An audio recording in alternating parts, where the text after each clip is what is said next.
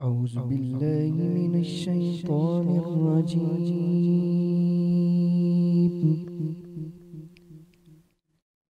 بسم الله الرحمن الرحيم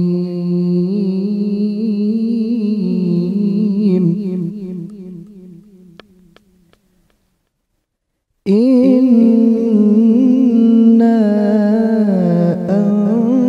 أنزلناه في ليلة القدر وما أدراك ما ليلة القدر ليلة القدر خير من ألف شهر تنزل الملائكة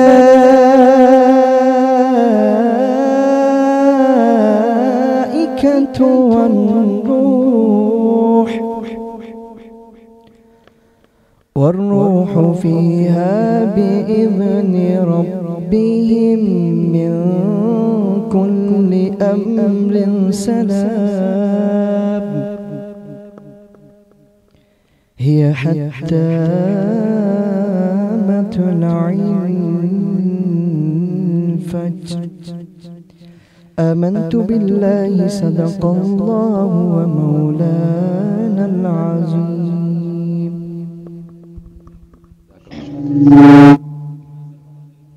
چلتے ہیں جی. اس وقت آخری عشرے میں موجود ہیں اور جو آیات ہم نے دیکھا کہ انہوں نے تلاوت فرمائی کہ لیلۃ القدر، یہ یعنی آخری عشرے کی اگر بات کریں، ہم اعتکاف بھی بیٹھتے ہیں، اس میں طاق راتوں کی تلاش بھی ہوتی ہے، اس میں ہم بڑی تعداد عمرے کے لیے بھی جاتی ہے. کیا پیغام دینا چاہیں گے؟ رمضان المبارک میں پہلا عشرہ رحمت، پھر مغفرت، پھر جہنم سے نجات ہے، اور اب ہم تقریباً عید کی طرف جا رہے ہیں. اس رمضان میں ہم نے کیا سیکھا؟ باقی 11 ماہ میں ہمیں کیسے زندگی بسر کرنی چاہیے؟ کیا ہم سیکھتے ہیں اور کیا ہم عمل کرتے ہیں اور کیا کرنا چاہیے ہمیں؟ بسم اللہ الرحمن الرحیم. قبلہ ستی صاحب، آپ نے بڑا خوبصورت کوسچن کیا ہے کہ رمضان کے آخری عشرے میں ہمارے معمولات کیا ہونے چاہیے اور جو 20 دن ہم نے گزارے ان سے ہم نے کیا سیکھا. پہلی گزارش تو میں یہ کروں گا کہ آپ نے اس پروگرام کا جو نام احساس رمضان رکھا ہے، اس کے اندر ہی ایک بہت بڑا پیغام ہے. ایک تو انسان کی اپنی ذاتی حوالے سے کہ اسے اپنی ذات کا احساس ہونا چاہیے، جس طرح علامہ اقبال نے کہا تو اگر میرا نہیں بنتا نہ بن اپنا تو بن. یہ بہت بڑا احساس ہے کہ آپ اپنی ڈائریکشن کس طرف لے کے جا رہے ہیں اور آپ کو جانا کدھر چاہیے، آپ کی منزل کہاں ہے. بالکل صحیح. نمبر 2 یہ کہ رمضان کی جو معمولات ہیں ان میں صرف حقوق اللہ نہیں ہیں، قدم قدم پہ آپ کو حقوق العباد ملتے ہیں کہ اس میں نبی صلی اللہ علیہ وسلم نے اسے شہر مواسات کہہ فرمایا کہ یہ ہمدردی کا مہینہ ہے، بامیہ قوت کا مہینہ ہے. تو ہمدردی ہی بنیادی طور پر احساس ہے، اور یہ صرف لفظوں کا یا صرف کہہ دینے سے نہیں، اسلام نے ہمیں عملی صورت بھی دی ہے کہ ہم کس اعتبار سے کسی دوسرے کا احساس کریں. مثلا جو دور اور جو حالات چل رہے ہیں اس میں ہمارا سب سے بڑا جو مسئلہ ہے وہ معاشی مسئلہ ہے. سفید پوش طبقہ وہ اپنی اصلیت اور اپنی حقیقت ظاہر کرنے سے قاصر ہے، جو بھی ایک تھوڑی بہت بھی اپنے اندر ایک غیرت رکھتا ہے، اپنی خودداری رکھتا ہے.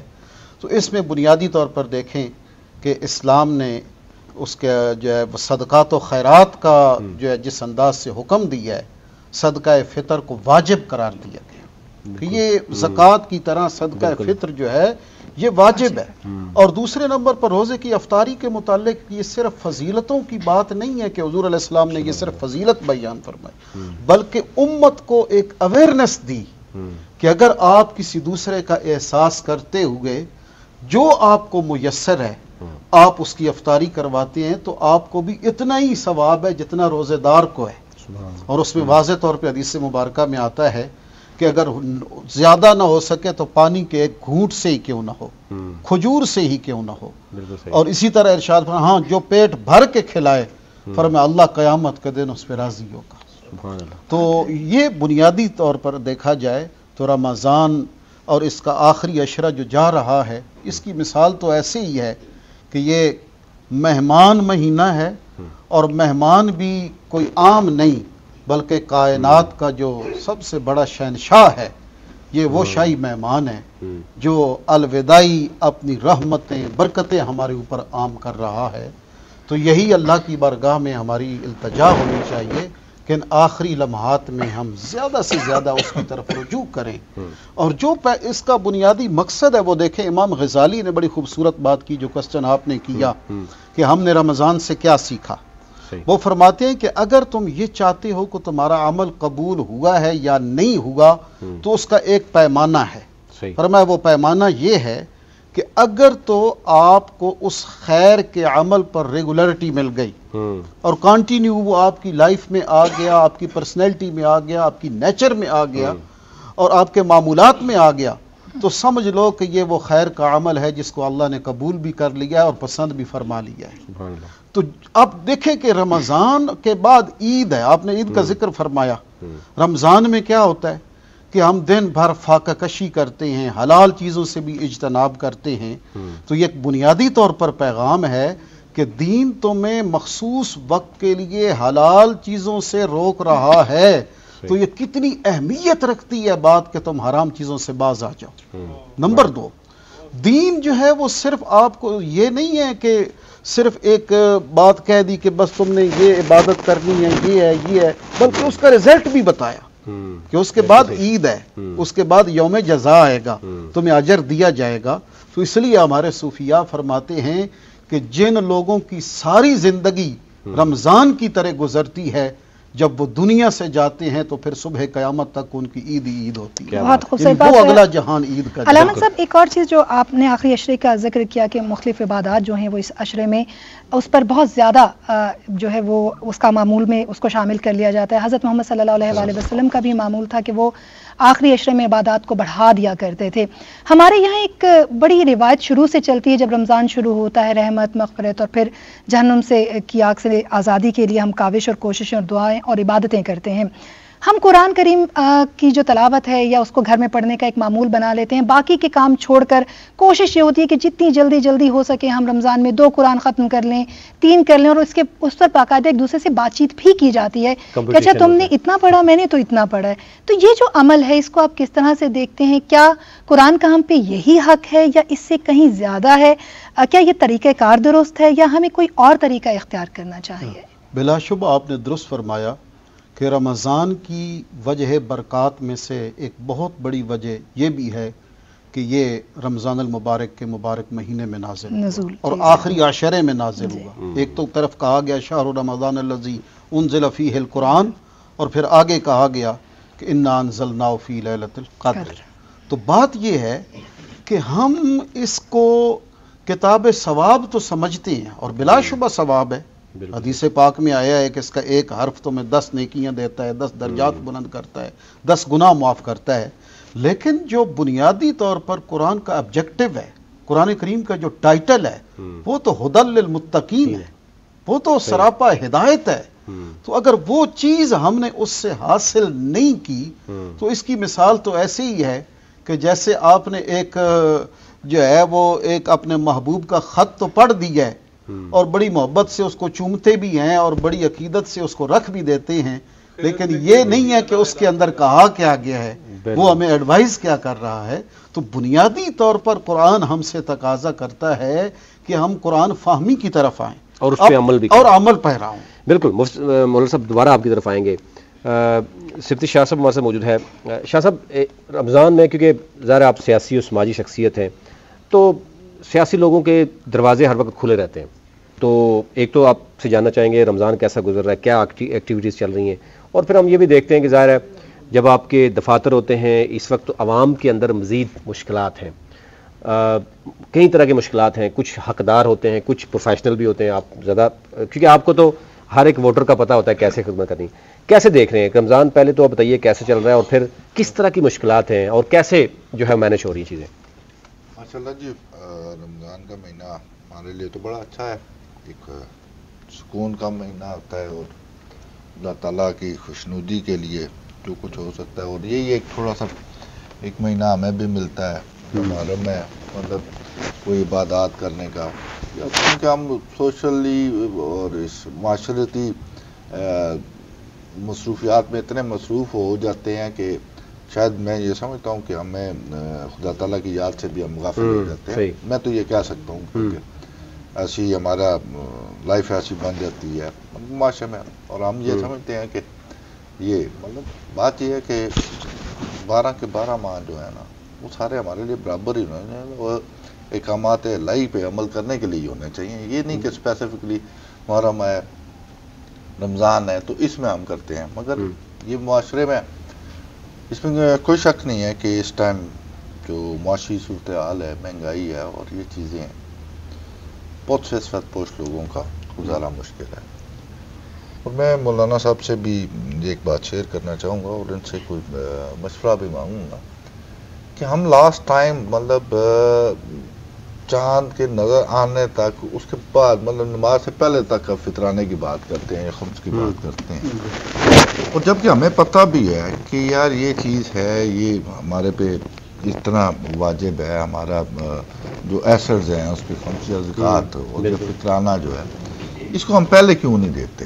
مطلب 2-4 رمضان میں پہلے عشرے میں دے دیں، اب لاسٹ ٹائم تک یہ رمضان لوگوں اچھا گزر جائے. مطلب دیکھیں مطلب اس میں ہمارا یہ بڑا ڈفرینس آتا ہے نا. صحیح. اور ہم لوگ یہ ان چیزوں کو لاسٹ ٹائم تک لے کے جاتے ہیں، حالانکہ اس میں کوئی قدغن نہیں ہے میرا خیال ہے مولانا صاحب، اگر آپ پہلے دے دیں ٹھیک ہے. آپ کو اپنی ویلیوشنز کا، اپنے ایسٹس کا پتہ ہے. اور ہمارا یہ بھی بڑا ایک المیہ ہے کہ ہم جو ہے نا اب شادی میں نا وہ کروڑوں روپے جہیز مانگ لیں گے، جہیز بھی دے دیں گے، سب چیزیں دے دیں گے. جب حق مہر کی بات آئی شرعی لکھے، شرعی مطلب شرعی لکھے، مطلب شرعی ویلیوز کے مطابق. یار اس وقت آپ آج ویلیو کیا ہے، گولڈ کی کیا ہے، چاندی کی کیا ہے، سلور کی کیا ہے. ہم اپنی فائدہ دیکھتے ہوئے دیکھیں مطلب ہم لوگ بدل مطلب دیکھیں ہم اپنے ان مذہبی معاملات کو اپنی آسائشوں کے لیے استعمال کرتے ہیں دنیاوی طور پر، اور حالانکہ ہمیں یہ اپنے دینی تعلیمات اپنی آخرت کے استعمال کے لیے کرنی چاہیے نا. شاہ صاحب جو معاشرے میں بات تو یہ ہے نا کہ ہمیں اس زکوٰۃ گورنمنٹ گٹھی کرتی ہے، زکوٰۃ کونسل موجود ہے، وہ اس قدر پولیٹیسائز ہو چکی ہے کہ اب جو فیکٹس بتائے جاتے ہیں کہ تقریباً 400 ارب کے قریب زکوٰۃ اکٹھی ہوتی ہے، اور وہ تقسیم کیسے ہوتی ہے اس کے عمل میں بات ہو رہی ہے. پھر زکوٰۃ انڈیویجول طور پر دے رہی ہے. لیکن اگر آپ زکوٰۃ کا کنسپٹ دیکھیں کہ اگر وہ اسٹیٹ خود رسپانسبلٹی لیتی تو میرے خیال سے اگر آپ ہر سال ان لوگوں کو مچھلی پکڑنا سکھا دیں تو شاید یہ تو ہم دیکھ رہے ہیں کہ زکوٰۃ بھی بڑھتی جا رہی ہے، لیکن اس کے ساتھ ساتھ جو حقدار ہیں وہ بڑھتے جا رہے ہیں. پروفیشنل لوگ آتے ہیں اور سمجھ نہیں آتی زکوٰۃ دی کس کو جا رہی ہے. میں بتاتا ہوں اس میں باقاعدہ دیکھیں ایک باقاعدہ زکوٰۃ کمیٹیز بنتی ہیں. زکوٰۃ مطلب ہماری مذہبی امور کی وزارت وہ دیکھتی ہے، فائنانس ڈویژن سے فنڈز آتے ہیں، ہر ڈسٹرکٹ کی ہے، ہر تحصیل کی ہے، بلکہ ہر یونین کونسل میں مختلف وارڈ کمیٹیز میں جہاں پہ زکوٰۃ کمیٹی چیئرمین ہوتے ہیں. تو وہی اصل چیز جو ہے پبلک ریپرزینٹیٹرز یا جو ڈیٹا وہ ان کے پاس جو آتا ہے. اور میں یہ سمجھتا ہوں کہ میری ایمانداری یہی ہوگی کہ میں اگر یہ سمجھتا ہوں کہ یہ ڈیزرونگ ہے تو مجھے اس کا نام اندراج کرنا چاہیے. یہی میں آپ سے پہلے بھی بات کر رہا تھا، ہمیں بڑی یہ پرابلم آتی ہے آج کل کیونکہ 700 ارب کے قریب جو ہے بنزیر انکم سپورٹ میں سے فلڈ افیکٹریز اور یہ چیزیں بہت سارے.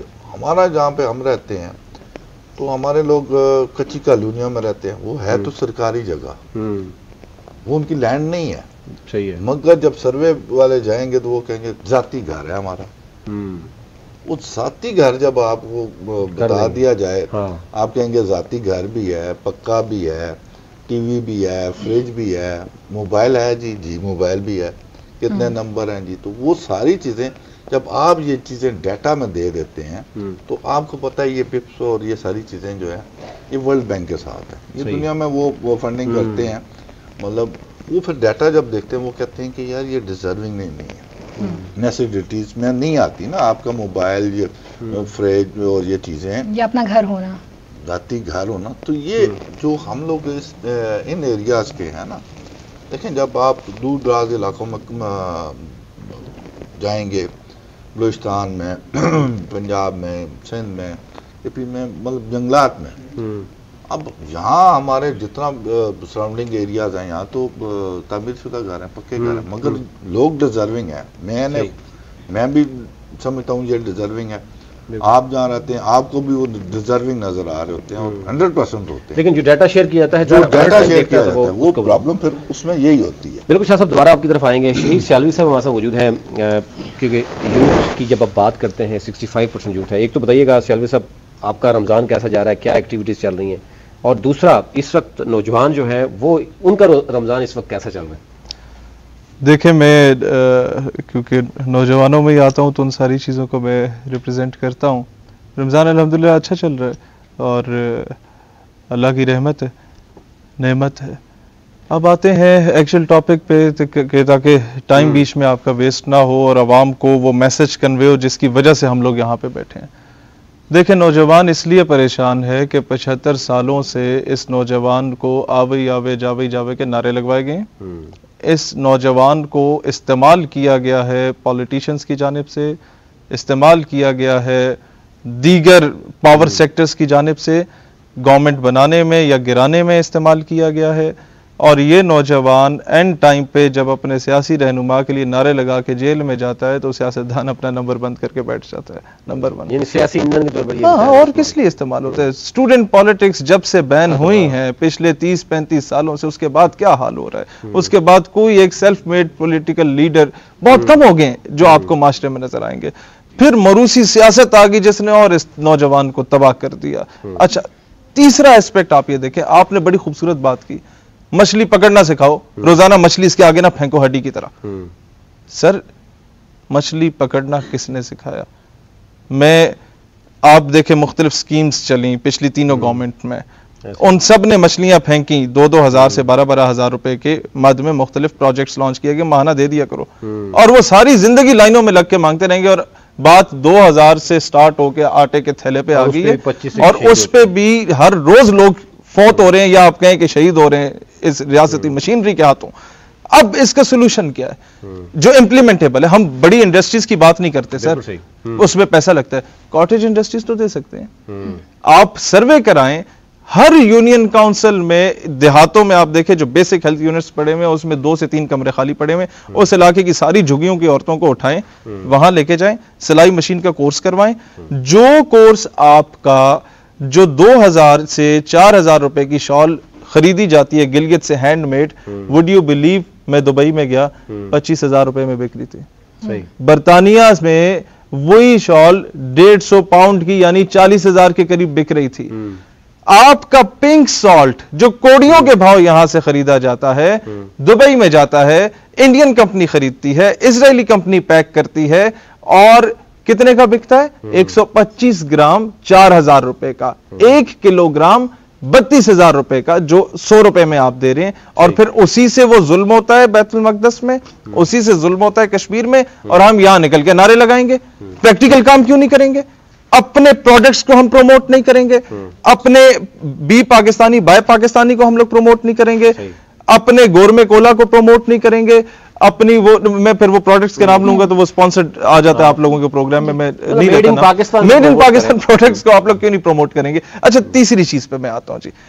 ہمارا نوجوان اس وقت انڈیا میں آپ کے آئی ٹی سینٹرز بنے ہوئے, سلیکان سٹی بنا ہوا ہے, پوری دنیا میں کال سینٹرز میں ساری لیبر انڈیا کی ہے, پوری دنیا میں سارا جو آپ کا آئی ٹی سیکٹر ہے وہ انڈیا کا ہے. بنگالی جن کو ہم لوگوں نے اپنی ہوس میں, کرسی کی ہوس میں, اقتدار کی ہوس میں الگ کیا اپنے آپ سے, وہ بنگالی جس کو ہم ٹکے ٹکے کی ایگزامپلز دیتے تھے, وہ ٹکا ہمارے روپے سے اوپر چلا گیا. وہ بنگالی, ان کی عورتیں جو 52% آف بنگلہ دیش ہے ایسٹ پاکستان, وہ ساری کی ساری سکلڈ ہو گئی ہیں, اور ریاست کو وہ بنگلہ دیش جو صرف مچھلی سے پیسے کمایا کرتا تھا, ماہی گیری سے پیسے کمایا کرتا تھا, وہ فیصل آباد کی ساری انڈسٹری وہاں چلی گئی. جب ہم یوتھ کی بات کر رہے ہیں, جیسے آپ یہ بات کر رہے ہیں کہ اگر سکلڈ ہوں تو وہ بہت کچھ کر سکتے ہیں, تو آپ کیا سمجھتے ہیں کہ آج کا نوجوان کے پاس اویئرنیس ہے کہ وہ کیا کر سکتا ہے, اور کہاں وہ لیک کر رہا ہے, کہاں رول ماڈلز نہیں ہوں؟ لیک کہاں کر گیا جی؟ لیک آپ کے پاس ہیں 1-2 منٹ؟ جی. لیک وہ کہاں کر گیا؟ میں جس یونیورسٹی سے پڑھا, it is affiliated with U T Taxila. Sir وہاں پر ایک بچے نے ایگزیویٹر بنایا جو پانی سے چلتا ہے, اس بچے کو فیل کر دیا. لیکن پانی سے چلتا ہے کیونکہ کہیں اس نے ایک ایگزامپل سیٹ کی, اور اس کو جنرل باجوہ نے اس دور میں 10,000 کا انعام دیا تھا. بڑی بات, آئی جی ٹی این ای کے طور پہ وہ آئے ہماری یونیورسٹی میں, انہوں نے اسے گفٹ دیا. وہ بعد میں چیف بنے تھے, اینڈ بریگیڈیئر مدنی ہمارے پرنسپل ہوتے تھے. اس بندے کی بڑی خاص بات تھی, خود ہی جماعت کراتا, خود ہی نماز پڑھتا. خیر وہ ایک اور چیز تھی, وہ فیل ہو گیا کہ اسے انگریزی نہیں آتی تھی, غریب کو صحیح طریقے سے. شانگلہ ہل کا بچہ تھا, ابھی وہ میڈیا میں وہ ہے اپنا جو پارک شارک میں پروگرامز وغیرہ کرنے کے لیے جاتے ہیں, یوٹیوبر ہے. اچھا, اس کے بعد کیا ہوا, ایک بچے نے جہاز چلانا سیکھ لیا, اپنا ایک چھوٹا سا ایک بنا لیا جہاز, وہ اپنی کھیتوں میں اس پہ وہ سپرے وغیرہ کرتا تھا. اس سے ٹیلنٹ کی کمی نہیں ہے سر. سول ایویشن اٹھا کے لے گی, تو لائسنس ہے کہ نہیں ہے؟ بجائے اس کی تو پرووائڈ کرنے کے بجائے میں آپ کو بہن بتاتا ہوں مسئلہ کہاں پہ. مسئلہ یہ ہے, کووڈ کی ویکسین کسی پاکستانی نے ایجاد کر دی, اسے غائب کر دی, ابھی تک نہیں مل رہا کہ جناب ہماری وہ کاروبار رک جائے گا. یہ وہ چیزیں ہیں کہ جس پر ہم ہر چیز امریکہ کے اوپر تھوپ رہے ہیں. کچھ ان کے مطلب کے علاوہ بھی اگر ہم لوگ دیکھ لیں تو ہمارے اوپر ایسے ایسے مافیا مسلط ہیں کہ ہم لوگوں کو پہلے ان سے جان چھڑانی ہوگی. ہم نے اپنے لوگوں کو یہ جو ایف ایس سی میں ہم لوگ شیکسپیئر رٹوا رہے ہیں, ہم لوگ بچوں کو مسٹر چپس رٹوا رہے ہیں, سنڈریلا رٹوا رہے ہیں, آپ ان کو سکلڈ ایجوکیشن کیوں نہیں دے رہے بھائی؟ آپ ان کو چیز چلانا کیوں نہیں سکھا رہے؟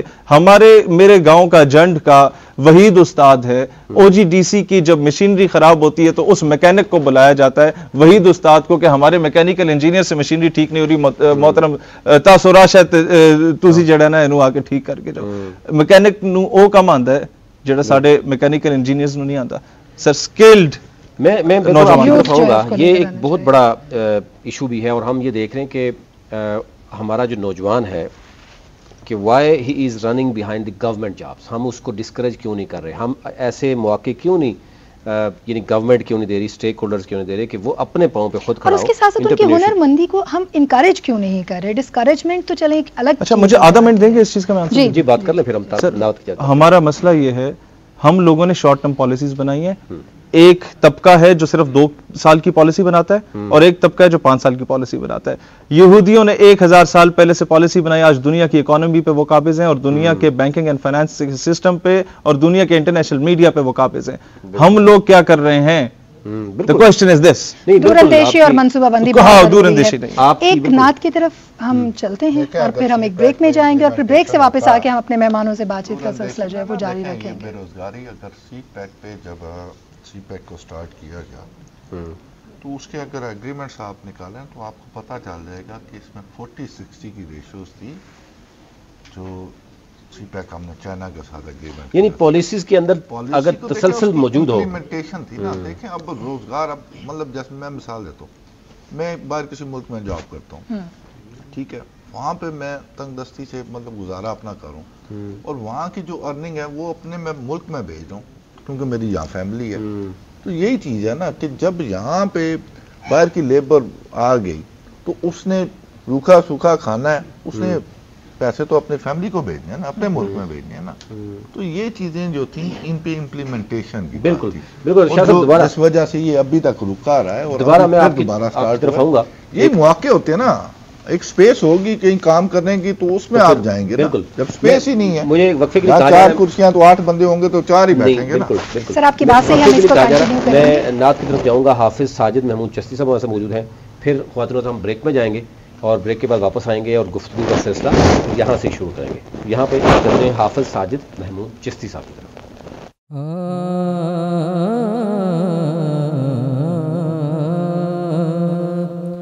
روک لیتی ہے آپ کی نسبت تیر جتنے بھی ہم پہ چلتے ہیں, روک لیتی ہے آپ کی نسبت تیر جتنے بھی ہم پہ چلتے ہیں. یہ کرم ہے حضور کا ہم پر, یہ کرم ہے حضور کا ہم پر, آنے والے عذاب ٹلتے ہیں. اپنی اوقات صرف اتنی ہے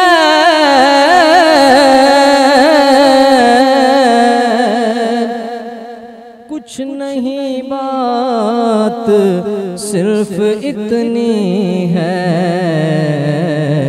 کیونکہ کل بھی ٹکڑوں پہ ان کے پلتے تھے, اب بھی ٹکڑوں پہ ان کے پلتے ہیں. کل بھی ٹکڑوں پہ ان کے پلتے تھے, اب بھی ٹکڑوں پہ ان کے پلتے ہیں. یہ کرم ہے حضور کا ہم پر آنے والے عذاب ٹلتے ہیں، اب کوئی کیا ہمیں گرائے گا،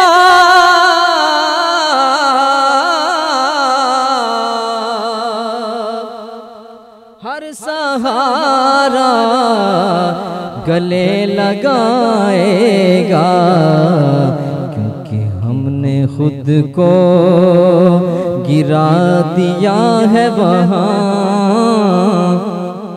ہم نے خود کو گرا لیا ہے وہاں، گرنے والے جہاں سنبھلتے ہیں، یہ کرم ہے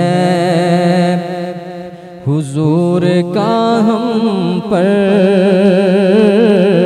آنے والے عذاب ٹلتے ہیں، اور وہ سمجھتے ہیں بولیاں سب کی وہی برتے ہیں جولیاں سب کی، وہ سمجھتے ہیں بولیاں سب کی وہی برتے ہیں جولیاں سب کی، آؤ بازار مصطفیٰ کو چلیں، آؤ بازار مصطفیٰ کو چلیں، کھوٹے سیکے وہیں پہ چلتے ہیں، یہ کرم ہے حضور کا ہم پر، آنے والے عذاب ٹلتے ہیں۔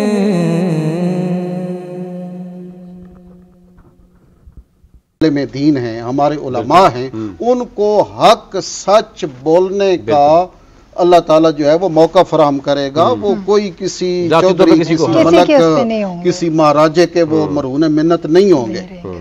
دوسری بات یہ ہے کہ جب اسٹیٹ اس کو کنٹرول کرے گی تو اس وقت آپ بہت ساری باتوں سے بچ جائیں گے، جن میں ہمارا سب سے بڑا مسئلہ فرقہ وارانہ فسادات اور یہ ساری چیزیں ہیں، اور یہ آپ دیکھیں کہ دبئی میں ایسا ہوتا ہے، وہاں کیا ہے کہ ایک خطبہ جو ہے اس کو پورا پینل جس میں مختلف لوگ ہوتے ہیں اور بڑے بڑے ہائی کوالیفائیڈ جو ہے ڈاکٹریٹ کی لوگوں نے وہ موجود ہے، ریسرچر، وہ اس کے خطبہ تیار کرتے ہیں، پورے جناب اس کو جو ہے وہ اناؤنس کیا جاتا ہے ہر مسجد کے اندر۔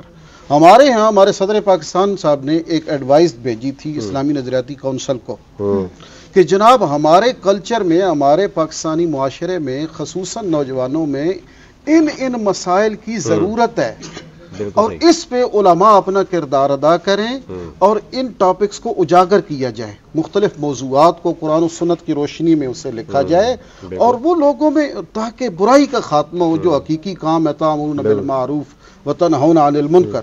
اب اسلامی نظریاتی کونسل ہماری ماشاءاللہ پچھلے چند سالوں سے کافی فعال ہے، انہوں نے اس پہ کام کرنا شروع کیا، مختلف سکالر کی طرف سے، ممبران کی طرف سے ٹاپک جو ہے وہ آنا شروع ہوئے، ایون کہ آپ اس میں دیکھتے ہیں کہ تمام مکاتب فکر کے لوگ اس میں موجود ہوتے ہیں، اتفاق رائے سے ٹاپک سلیکٹ کیے گئے۔ اب وہاں وہ تو یہ کام کر رہی ہے ریاست، باہر پراپوگنڈا کیا ہو رہا ہے؟ پراپوگنڈا یہ ہو رہا ہے کہ جناب یہ تو اب ریاست اپنا من مانا دین جو ہے وہ لانا چاہتی ہے، فلاں ٹاپک سے آپ کا رخ موڑنا چاہتی ہے، فلاں ٹاپک کے آپ سے اس کا معاملہ یہی ہے کہ ریاست کے کنٹرول میں یہ ساری چیزیں نہیں ہیں، اور دو بنیادی طور پر مسائل ہیں ہمارے ان مساجد و مدارس کے حوالے سے۔ ایک تو یہ کہ جب ریاست جو ہے وہ اس کا ذمہ نہیں لیتی تو ایسے لوگ آ جاتے ہیں بے دین قسم کے لوگ کہ وہ بڑے بڑے قابل علماء کو جو کام کرنا چاہتے ہیں ان کو وہ اپنا غلام بنا کے رکھتے ہیں، وہ حق سچ بولنے کی جرات ہی نہیں رکھتے، نمبر 1۔ نمبر 2 یہ ہے کہ کچھ لوگ جب ریاست نہیں ذمہ داری لے گی تو کچھ لوگ اتنے سٹرانگ ہو جاتے ہیں انڈیویجنلی طور پر کہ وہ آپ کے کنٹرول سے باہر ہو جاتے ہیں. وہ آپ کے کنٹرول سے باہر ہیں. ان کے پیچھے شیخ کھڑے ہیں, کوئی پتہ نہیں کہاں سے پیچھے سے ان کے پیچھے بڑے بڑے بزنس مین کھڑے ہیں, ان کے پیچھے بڑے بڑے ڈونرز کھڑے ہیں. وہ جناب کہتے ہیں کہ ہمیں کیا, وہ اسٹیٹ کے سامنے. تو یہ ساری وہ چیزیں ہیں جو خلافت راشدہ کے مزاج کے خلاف ہیں. اب ہمیں سیکھنا چاہیے حضور صلی اللہ علیہ وسلم کے عطا کردہ نظام سے, خلفائے راشدین کے نظام سے. سیدنا علی کرم اللہ وجہ الکریم نے جس مشکل ترین دور میں آپ نے اللہ اور اس کے رسول کے احکام کو قائم رکھا, وہ مشکل ترین دور ہے ہماری تاریخ کا, لیکن اس وقت بھی یہ مسائل کا مسئلہ. پروفیسر ایک چیز تو جو آپ نے بالکل صحیح نشاندہی کی, جب اسٹیٹ اور تمام اسٹیک ہولڈرز, جناب جب میں سمجھتا ہوں کہ تمام یعنی جو ہمارے جتنے بھی ادارے ہیں اس طرح کے مذہبی ادارے ہیں, وہاں پر ہم یہ دیکھتے ہیں کہ اگر وہ اپنا جو اسٹیٹ سمجھتی ہے کہ کس طرح کی خرابیاں ہیں اس کو دور کیا جاتا ہے, اور ڈیفینیٹلی ایک بڑے جو مکاتب فکر بڑے بڑے اسکالرز ہوتے ہیں ان کو بٹھا کر دیکھا جاتا ہے, اگلے 6 ماہ یا سال کی پلاننگ کی جاتی ہے کہ معاشرے میں اس طرح کی خرابیاں ہیں اس کو دور کرنا ہے. ظاہر ہے جب ہمارے ہاں جب جو مسجد کا جو وہ ہے وہ سیاسی طور پر یا کوئی پولیٹیکل گروپ یا کوئی مافیا جو ہے وہ اس کو استعمال کرتا ہے, جب وہ اپنے جیب سے یا چند لوگوں سے پیسہ اکٹھا کر کے وہ مولوی صاحب کو دیں گے تو ظاہر ہے ان سے وہ اپنے مقاصد پورے کرنے کی کوشش کرتے ہیں. ایک تو یہ اپنی بڑی اچھی بات کی. دوسری بات کہ اس وقت سب سے بڑا مسئلہ ہے وہ بے روزگاری کا ہے. تو جب ہم ان مفتی صاحبان کی طرف دیکھتے ہیں, جب ہم بڑے بڑے جو گدی نشین ہیں یا جو بڑے بڑے ادارے ہیں ان کی طرف دیکھتے ہیں, تو وہ ایک بات کی اس طرف سے نگیٹ کرتے ہیں. وہ کہتے ہیں جی ہمارا تعلق جو ہے وہ روزگار دینا یا اس کے بارے میں بتانا یا حلال اور حرام کے بارے میں بتانا نہیں ہے, ہمارا کام ہے صرف عبادات کی حد تک. اس پہ ذرا روشنی ڈالیے گا کہ سب سے پہلا اسٹیٹ کا کام یا ہمارے جو مفتی صاحبان ہیں ان کا یہ کام نہیں ہے کہ عام بچوں کو بتایا جائے کہ حلال اور حرام کیا ہے, اور پھر ان کو حلال کی طرف لانے کے لیے ان کو مچھلی پکڑنا سکھایا جائے, نہ کہ ہم مچھلیاں دیتے رہیں اور ان سے اپنے کام مقاصد حاصل کرتے رہیں. جناب بات یہ ہے کہ بلا ستی صاحب, یہ جو آپ نے فرمایا کہ علماء کرام کے پاس اور ہمارے مشائخ کے پاس لوگ آتے ہیں, اور زیادہ تر ایک توام پرستی ہماری قوم میں بہت زیادہ ہے. وہ جی کوئی وظیفہ بتا دیں, وہ جی کوئی یہ بتا دیں کہ ہمارے رزق میں یہ ہو جائے وہ ہو جائے. بات یہ ہے کہ یہ مسائل کیا رسول خدا صلی اللہ علیہ وسلم کی بارگاہ میں نہیں آتے تھے؟ کتنی ہی آپ کو ایسی احادیث اور روایات ملیں گی کہ حالات کے پسے ہوئے لوگ حضور کی بارگاہ مقدس میں آتے ہیں کہ یا رسول اللہ کرم نوازی فرمائیں, قرآن نمائی فرمائیں. ایک شخص حاضر خدمت ہوا تو سرکار نے پوچھا کہ بتاؤ, وہ کہتے ہیں معاشی طور پر یا رسول اللہ میں تو بالکل مفلوج ہو گیا ہوں. آپ نے فرمایا کچھ ہے پاس؟ عرض کرتا ہے یا رسول اللہ ایک پیالہ ہے اور ایک کمبل ہے. اب تو حضور علیہ الصلوۃ والسلام نے فرمایا اچھا یہ کرو کہ پیالے میں تو تم ظاہری بات ہے کھاتے پیتے ہو, وہ کمبل جو ہے نا اس کو لے جاؤ بازار میں جا کے اسے فروخت کرو اور جو پیسے بنے وہ میرے پاس لاؤ. جب لایا گیا تو سرکار علیہ الصلوۃ والسلام نے فرمایا اب اس کا ایک کلہاڑا لو. اب کلہاڑا ان پیسوں کا لیا تو اپنے مبارک ہاتھوں سے اس میں دست ڈالا اور ارشاد فرمایا کہ اب اللہ تمہارے امر میں برکت دے, میں نے تمہیں بازار کا رستہ دکھا دیا. اچھا دوسری طرف آپ دیکھیں کہ رسول کریم صلی اللہ علیہ وآلہ وسلم جب مدینہ پاک میں آئے ہیں اور آپ کے ساتھ اصحاب رسول ہیں, وہ اپنا سب کچھ مکے میں چھوڑ کر آئے ہیں. آبادکاری کیسے ہوئی؟ حضرت عثمان رضی اللہ عنہ بہت چند تھوڑے ٹائم میں آپ عرب کے کامیاب ترین بزنس مین کیسے بنے؟ حضرت سیدنا عثمان غنی سے خود سوال کیا گیا آپ کے عہد میں کہ آپ اتنے کامیاب بزنس مین کیسے بنے؟ فرمایا 3 ہی شرطیں ہیں میری بزنس کی. پہلی شرط یہ ہے کہ میں نے قرض لے کر کسی سے مال نہیں لیا, اور دوسری بات یہ ہے کہ میں نے کبھی ادھار کسی سے نہیں لیا اور نہیں ادھار دی ہے, اور تیسرا فرمایا کہ میں نے ایک دن کے لیے بھی مال کو اس نیت سے روکا نہیں ہے کہ کل اس کا ریٹ بڑھ جائے گا تو میں آگے جب وہ بیچوں گا. تو اسی طرح حضرت عبد الرحمن ابن عوف دیکھ لیں, بہت تھوڑے وقت کے بعد مسلمانوں کی معاشی حالت ایسے بدلی کہ الحمدللہ جہان نے وہ دیکھا ہے, اور قرآن پاک ہمیں بنیادی طور پر لاجک دیتا ہے.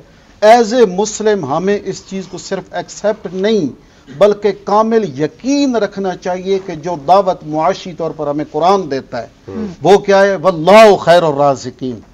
خیر الرازقین اس ذات کو ماننا ہوگا. مسبب الاسباب جب ہم اس کو نہیں مانتے اور ہم امیدیں جب غیروں کے ساتھ لگاتے ہیں اور قرآن سے رخ موڑتے ہیں نا تو پھر مسائل ہمارے لیے پیدا علامہ ہوتے ہیں۔ صاحب یہاں پہ اسی بات کی ایک ایکسٹینشن کہ ہم جب دینی تعلیم بچوں کو دلوا رہے ہوتے ہیں تو پھر ہمارا پورا فوکس دینی تعلیم پر ہوتا ہے اور وہ بچے صرف دینی تعلیم تک محدود رہ جاتے ہیں ہمارے معاشرے میں۔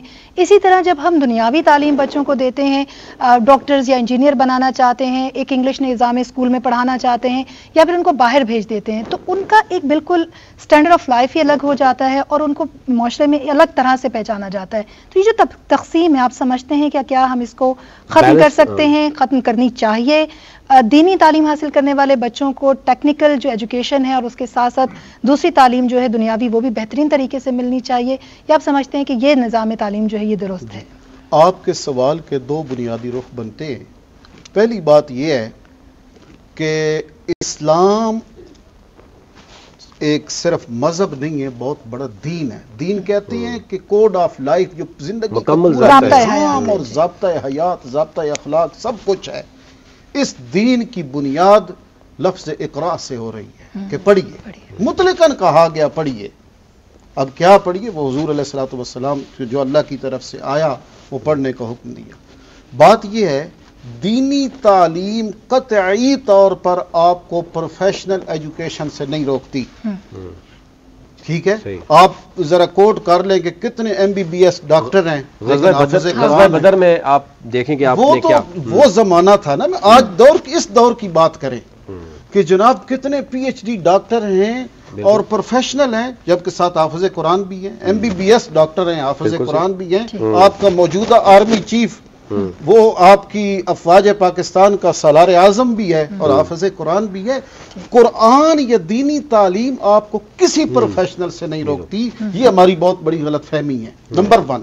نمبر 2، بدقسمتی سے جب ہم بات کرتے ہیں تو ہمیں سوائے اپنے ماضی کی مثالیں دینے کے ہمارے پاس کچھ نہیں ہے کہ غزالی صرف جو ہے وہ ایک عالم نہیں تھے، وہ بہت بڑے فلسفی بھی تھے، وہ بہت بڑے مفسر بھی تھے، وہ بہت بڑے مورخ بھی تھے، وہ بہت بڑے حکیم بھی تھے، رازی۔ ان کی آپ صرف کتابیں اور تحقیق دیکھیں کہ وہ صرف ایک قرآن کے مفسر نہیں ہیں، محدث نہیں ہیں، فقیہ نہیں ہیں، جتنے اس دور کے مروجہ علوم ہیں ان کے اوپر انہیں دسترس حاصل ہے۔ وجہ کیا تھی کہ نصاب تعلیم ان کے پاس جو ہے وہ تھا جو ایک مسلمان اور ایک اچھے انسان کی ریکوائرمنٹ ہوتی ہے۔ ہمارے ہاں ہوا کیا کہ ہمیں 2 حصوں میں تقسیم کر دیا گیا کہ دینی تعلیم کی راہ یہ ہے، دنیاوی تعلیم کی راہ یہ ہے، یونیورسٹی کا رستہ یہ ہے، مدرسے کا رستہ یہ ہے۔ جبکہ آج بھی اگر ہم اس چیز کو اپنا لیں جو ہمارے اسلاف نے اپنایا ہوا تھا، یا آپ وہ اقدار آپ ان کو لے لیں، اپنے ایجوکیشن سسٹم کے نظام کو آپ بہتر کر لیں، اپنا سلیبس اس کے اندر آپ قرآن حدیث فقہ بھی لے کے آئیں اور اس کے ساتھ ساتھ پروفیشنل ایجوکیشن لے کے آئیں، تو قرآن تو بہت بڑی تھیوری ہے، تمام علوم کی، جتنے بھی علوم دنیا کے اندر قائم اور رائج ہوتے ہیں، قرآن اس کی تھیوری ہے، قرآن اس کی بیس ہے، وہ آپ کے پاس ہے۔ اور جب آپ اس پر تدبر و تفکر کریں گے تو بہت سارے راستے نکل جائیں گے۔ بالکل سبتے عادل صاحب، آپ سے جاننا چاہیں گے، ذرا ہمارے ہاں آلدو کے جو سیاسی رہنما ہوتے ہیں، سب سے بڑی پارلیمنٹ ہے، وہاں پر قانون سازی بھی ہوتی ہے۔ ایک تو یہ بڑی اس وقت ہمارے پاس سب سے بڑی پاور جو ہے وہ نوجوانوں کی ہے، تو آپ کو کیا لگ رہا ہے کہ نوجوانوں کے لیے گورنمنٹ کو کیا رول پلے کرنا ہوگا؟ اور یہ ملک جہاں پر ہم بار بار فخر سے نوجوانوں کی کہتے ہیں، تو یہاں پر نوجوان کی بھی کچھ شکایت ہیں۔ وہ یہ کہہ رہا ہے جی کہ ٹھیک ہے 97% موبائل نوجوانوں کے پاس ہے، انٹرنیٹ ہے، 97 کے پاس ہی لائبریری کی سہولت نہیں ہے، یعنی ایک لائبریری آپ کی نیشنل لائبریری ہے، وہ ایکسیس ریڈ زون میں ہے اور وہ ہمارا نوجوان وہاں پہنچ نہیں سکتا۔ اس کے لیے گراؤنڈز اور جو کچھ ان نوجوانوں کے لیے ہونا چاہیے، آپ کو ہر گلی محلے میں فارمیسیز تو بن رہی ہیں، ہاسپٹلس تو بن رہے ہیں پرائیویٹ سیکٹر میں، لیکن نوجوانوں کے لیے وہ جو پلے گراؤنڈز ہونے چاہیے، وہ جو فیسلٹیز ہونی چاہیے وہ نہیں ہے۔ کیا سمجھتے ہیں کہ مشکل وقت تو ہے اس وقت پاکستان میں، مشکل ترین وقت کہا جا رہا ہے، انفلیشن جو ہے وہ ٹاپ پہ ہے، اس صورتحال میں ظاہر آپ بھی پارٹ ہیں گورنمنٹ کا، تو گورنمنٹ کو کیا رول پلے کرنا ہوگا؟ اور ایٹ لیسٹ جو ہے وہ اگر پلیٹ فارم ہی دے دے تو ہمارا نوجوان جو ہے گورنمنٹ جابز کی بجائے اس کے لیے اگر اپرچونیٹیز ہوں تو ظاہر ہے وہ پرائیویٹ سیکٹر میں گروتھ کر سکتا ہے۔ بات یہ ہے ستی صاحب کہ اس میں نو ڈاؤٹ کہ نوجوان کے پاس ایکسیس ہے، لائبریری کے ایکسیس نہیں ہے، کیونکہ ابھی آئی ٹی کا دور ہے اور لائبریری کو جاتا ہی نہیں، فزیکلی تو جاتا نہیں آپ، کیونکہ گوگل پہ سرچ آپ موبائل سے ہی کر لیتے ہیں، ٹھیک ہے، آئی ٹی ایکسیس میں۔ فزیکل اگر آپ دیکھیں تو پلے گراؤنڈس ہیں، مختلف کورٹ بنے ہوئے ہیں جس میں ڈفرینٹ گیمز کا ہے، ساری چیزیں اسلام آباد کے ہر سیکٹر میں، بلکہ ہر سب سیکٹر میں ایک ایک تو لازمی ہے، ٹھیک ہے۔ یہ جو باقی ایریاز ہیں آپ دیکھیں جہاں پہ سوسائٹیز ہوتی ہیں، سوسائٹیز کے این او سی میں یہ چیزیں شامل ہوتی ہیں، اسکول، مسجد، گراؤنڈ، یہ جب تک قبرستان، سب چیزیں، ہاں وہ ساری شامل ہوتی ہیں، تب لیکن وہ ہے نہیں نا مطلب اب پریکٹیکلی نہیں ہے تو یہ اور بات ہے، مگر جو ایک بائیلاز ہیں ان پہ امپلیمنٹیشن ہوتی ہے تو تب پہلے تو رکھتے ہیں، گراؤنڈ بھی رکھتے ہیں، بعد میں جب وہ پلاٹ وغیرہ بک جاتے ہیں اس پہ پھر مزید نئی پلاٹ بن جاتے ہیں، اے اور بی ہو جاتے ہیں، پھر یوں ہی ہوتا ہے۔ مگر یہ ہمارا مطلب اس میں گورنمنٹ کا فالٹ نہیں آتا، یہ ہماری اپنے اندر جو بے ایمانی اور بدنیتی ہے یہ اس کا عنصر ہے۔ صحیح چیز یہ ہے کہ روزگار کے موقع بالکل ملتے ہیں، ہونے بھی چاہیے۔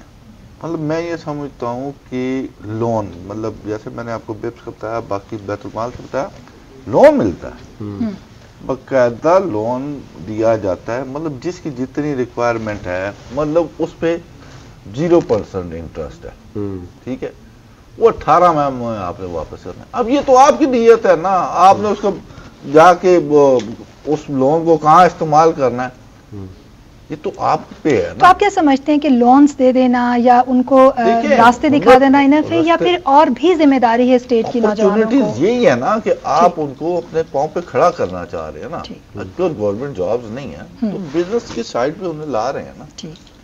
مطلب ہمارا معاملہ یہ ہے کہ ہم لون لیتے ہیں، جیسے ہم یہ جس کو آپ کہتے ہیں کریڈٹ کارڈز لے لیں، مطلب ایک ٹائم تھا مشرف طور میں دنیا ساری ان چیزوں پہ پڑ گئی، بینک سارے گاڑیوں لیز پہ دے رہے، موٹر سائیکل لیز پہ، ہر چیز انسٹالمنٹ پہ کر دی گئی۔ اب لوگوں نے اس وقت تو کریڈٹ کارڈ تو لے لیا، اب اس کو دینا بھی تھا، اس پہ انٹرسٹ بھی تھا، تو جو ان کے پاس تھا وہ بھی چلا گیا ان بینکوں کے پاس، ان کریڈٹ کارڈوں کے پاس۔ مطلب اس کے پاس اگر 10,000 تھا تو اس نے 15,000 سے تو ان سے لے لیا، اس کا بیچارہ جو اس کے پاس ارننگ تھی، جو اپنے ایسٹ تھا، وہ بھی گیا۔ بات یہ ہے کہ ہمارے معاشرے میں یا معاشرے کی تربیت کا یہ فقدان، اگر میں کہوں سیاسی، مذہبی اور ہم سب کا اس میں فالٹ ہے کہ ہماری تربیت پھر صحیح نہیں ہے نا۔ لیکن اسٹیٹ کا موبائل رول کو ہوتا ہے دیکھیں، نا، ہم ایکسیس ہے اس کی، تو ہم اس کو پازیٹیولی یوٹیلائز کریں نا۔ اب میں جابز کا جس طرح آپشنز آتے ہیں، ابھی میں آپ کو دکھاتا ہوں، پر ڈے ہزاروں جابز آتی ہیں گوگل پہ، ہزاروں کے حساب سے، ہے نا۔ ایک ٹائم تھا بے روزگاری اسی لیے بڑی کہ 10 سال پچھلے 2012 سے بعد آج 11 سال ہو گئے پابندی لگی رہی، ٹھیک ہے۔ تو جو ہماری 40 لاکھ کی لاٹ نکلتی ہے گریجویشن، جو ہمارا آئین ہے جس کی ہم سلور جبلی منا رہے ہیں، وہ یہ کہتا ہے کہ جو گریجویٹ ہے وہ اس آئین میں ہے، اس کو روزگار دینا حکومت کی ذمہ داری ہے، مگر ہم نے پابندیاں لگا دی۔ اچھا، پھر پابندیاں لگانے کے بعد دیکھیے ماسٹرز بچے کرتے ہیں 22-23 سال کی ایج میں، آپ نے میکسیمم ایج رکھ دی 30 ایئرس، ٹھیک ہے، 30 10 سال 11 سال آپ نے پابندیاں لائیں، اوور ایج ہو گئے۔ پھر آپ کا ایڈ بھی ایسا آپ دیتے ہیں کہ 2 سال کا ایکسپیرینس ہو، 3 سال کو۔ اب جو ایڈ آ رہے ہیں، میں مطلب ایک حکومتی مطلب ہمارا شیئر ہے، مگر میں اس کے اگینسٹ ہوں کہ 18 سے 25 آپ نے کیوں لکھا؟ 18 سے 25 کیا تجربہ بھی مانگ رہے ہیں ساتھ، تجربہ بھی جا رہا ہے، اور 18 سے 25 پیچھے کا بیک لاگ بھی تو کلیئر کرنا ہے، نہیں، وہ سال جو لوگوں کو نہیں ملا، یہ جو لاٹ نکلتی ہے یہ کہاں جائے گی؟ یہ کرائم میں نہیں جائے گی۔ اسی طرح بھی ایک انہی دنوں کا ایشو ہے، ہمارے اسلام آباد پولیس میں بھرتی ہوئی تو کچھ کیسز نکل آئے، بچے وہاں پہ اپیئر ہوئے، مطلب کوالیفائی کر گئے۔ تو ایک بچہ میرے پاس آیا کہ اس کی FIR ہے اس کے اوپر، ہاں، تو میں نے IG صاحب سے پوچھا، میں نے کہا کیوں ان پہ FIR ہے؟ میں نے کہا کس چیز کی ہے جی جھگڑے کی. میں نے کہا جھگڑا آئی جی صاحب میرا اور آپ کا بھی ہو سکتا ہے, یا تو کنوکٹڈ ہو نا, تو منشیات کا ہو, خود دہشت گردی کا ہو, خود چوری کا ہو, پھر تو یار جھگڑے کی اور اس کا بھی فیصلہ ہو. لیکن آج کل تو سیاسی مگر آپ دیکھیں پڑ جاتے ہیں, مطلب سیاسی نہیں, دیکھیں پولیس پہ پرچے نہیں ہوتے, تو کیا وہ ریزائن پھر کیوں نہیں کرتے, پولیس والے پھر کیوں نہیں؟ بالکل صحیح, نہیں بڑا ویلڈ پوائنٹ آپ. ایسی چیزیں جو ہے, اب وہ جو 15-16 نوجوان ہیں جو مطلب مختلف پاکستان کے جو سلیکٹ ہو گئے, مگر ان پہ اس طرح کی کوئی ایف آئی آر تھی, دیکھیں کنوکشن تو نہیں ہے, سزا یافتہ. وہ کیا پھر وہ معاشرے میں یہی کہیں گے نا کہ ہمیں تو انہوں نے معاشرے والوں نے کرمنل بنایا, تو ہم کیوں نہ کرائم کریں. بالکل, ہمیں یہ موجودہ آج یہ 2 دنوں کی سچویشن میں دیکھیں ایسے کیسز میرے پاس آئے تو مجھے دکھ ہو رہا ہے نا کہ ہم نے انہیں کرمنل بنانا ہے, انہیں مجبور کر رہے ہیں اس کو, یعنی وہ ٹیلنٹ پہ یا پورا اترنے کے باوجود کر رہا ہے. اچھا سیالوی صاحب, یہ کیونکہ بریک میں جانے سے پہلے میں جاننا چاہ رہا ہوں, بہت سے مسائل ہیں یوتھ کے. ایک تو یہ ہے کہ بڑا یعنی کروشل اس وقت یہ ہے کہ 40 لاکھ نوجوان ہمارا وہ گریجویٹ ہے, 2.5 کروڑ سے زائد ہم بار بار فگر بتا رہے ہیں جناب, وہ بچہ جو آؤٹ آف اسکول ہے. 46 لاکھ بچے ہمارے یتیم ہیں. یہ یعنی کروڑوں کی تعداد میں اگر ہم وہ دیکھیں جو نوجوان ہیں, یہ ایک طرف رحمت بھی ہے ملک کے لیے, پاور بھی ہے, اور ایک طرف بہت بڑی زحمت بھی ہے, اور بہت بڑا نقصان بھی دے سکتے ہیں اگر آپ ان کو صحیح ڈائریکشن نہیں دیں گے, ان کو روزگار نہیں دیں گے, تو پھر یہ نوجوان جو وہ کس طرف جائے گا, اور اس میں یہ مستقبل ہے 20 سال کے بعد. یہ بات ایک ثاقب نثار نے بھی کی تھی پہلے کہ اوور پاپولیشن کو کنٹرول ہونا چاہیے. میں اس کی فیور میں نہیں ہوں. صحیح, فیور میں کیوں نہیں ہوں؟ چائنا کی پاپولیشن مطلب وہ وبال جہاں بن جاتے ہیں, بچے سنبھالے نہیں جاتے تو پیدا کیوں کرتے ہیں. چائنا کی ایگزامپل ہے, 135 کروڑ لوگ چائنا میں ہیں, وبال جان نہیں ہے. کیوں؟ وہ چائنا کاٹیج انڈسٹریز بنا کے جتنی زیادہ. اچھا انڈیا ظلم کر رہا ہے کشمیر میں, تلنگانہ میں, آسام میں, خالستان میں, حیدرآباد, دکن میں, جوناگڑھ میں, ہر جگہ پہ, گجرات میں جو کچھ کیا, اور وہی بچر آف گجرات بیٹھ گیا آپ کے پرائم منسٹر کی سیٹ پہ. اب مجھے یہ بتائیں, اس انڈیا کے اس ظلم کا جو ایک فیس ہے وہ دنیا کیوں نہیں دیکھ رہی؟ کیونکہ India is an international market of 125 crore people. بالکل صحیح سر جی. اب میں سر کی بات کو بھی, حضرت صاحب کی بات کو بھی آگے بڑھاؤں گا, صحیح سولوشن اورینٹڈ چیز پہ آؤں گا. مسائل جو انہوں نے ذکر کیا اس کی سولوشن, پہلے سر کی بات کو کہ بھئی اسلام آباد میں ہر سیکٹر میں پارکس ہے. اسلام آباد پاکستان کی آبادی کا 2 سے 3% ہے. سوسائٹیز پاکستان کی آبادی کا 2 سے 3% ہیں. What about the villages and union councils of Pakistan? Pakistan کے, میں ابھی ہلکے کی پالیٹکس میں مجھ سے پہلے یہ گئے, مجھ سے میرے بزرگوں کی عمر کے, پاکستان میں میجورٹی اگر آپ ہلکے دیکھیں, میں بلوچستان کے تو کروں تو آپ 3 دن میں ایک ہلکا کور کریں گے. میرا ہلکا دیکھیں 150 گاؤں پر مشتمل, 136 کلومیٹر لمبائی میں ہے. ایک گراؤنڈ ہے ٹی ایم اے کا, ایک جگہ سے آپ گراؤنڈ میں آئیں گے تو 3 گھنٹے لگیں گے, کوئی نہیں آ سکتا. اس کا سولوشن کیا ہے؟ بہت آسان. ایک گراؤنڈ جو آپ نیا بناتے ہیں زمین ایکوائر کر کے, اور اس پہ وہ 7-8 کروڑ لگتے ہیں. میرے پاس ماڈل ہے کہ 15 کروڑ روپے میں 150 گراؤنڈ بنا سکتے ہیں آپ. وہ کیا ہے؟ آپ کے ہر تحصیل میں اگر 150 گاؤں ہے تو 150 آپ کے بوائز اینڈ گرلز کے الگ الگ سکولز ہوں گے. اس کے گراؤنڈز تو دیکھیں کتنے بڑے ہیں, ٹھیک ٹھاک کنالوں پر مشتمل ہے. آپ صرف ایک لا پاس کر لیں کہ شام کو یہ گراؤنڈز جو بوائز سکولز کے ہیں ان پہ 10-10 لاکھ روپے کا خرچہ کر کے گھاس لگوا دی جائے, اور وہ تمام بچوں کے لیے اوپن کر دیے جائیں, اور جو گرلز کے ہیں وہ فیملیز کے لیے اوپن کر دیے جائے. 10 لاکھ روپے کے چھوٹے موٹے 2-4 جھولے لگا دو, گھر کے فسادات ختم ہو جائیں گے. جو میاں بیوی کے ہوتے ہیں وہ ساری دیر تو فرسٹریشن کا عورت کار رہتی ہے, باہر گھومنے کا ملتا ہی کوئی نہیں ہے گاؤں میں, تو وہ ساس کی شکایتیں ہی لگائے گی نا سارا دن. اچھا آگے آ جاتے ہیں حضرت صاحب کی بات پہ. آستانوں کی بات ہوئی اور ایجوکیشن کی بات ہوئی. میں آپ کو اس کا سولوشن بتا دیتا ہوں.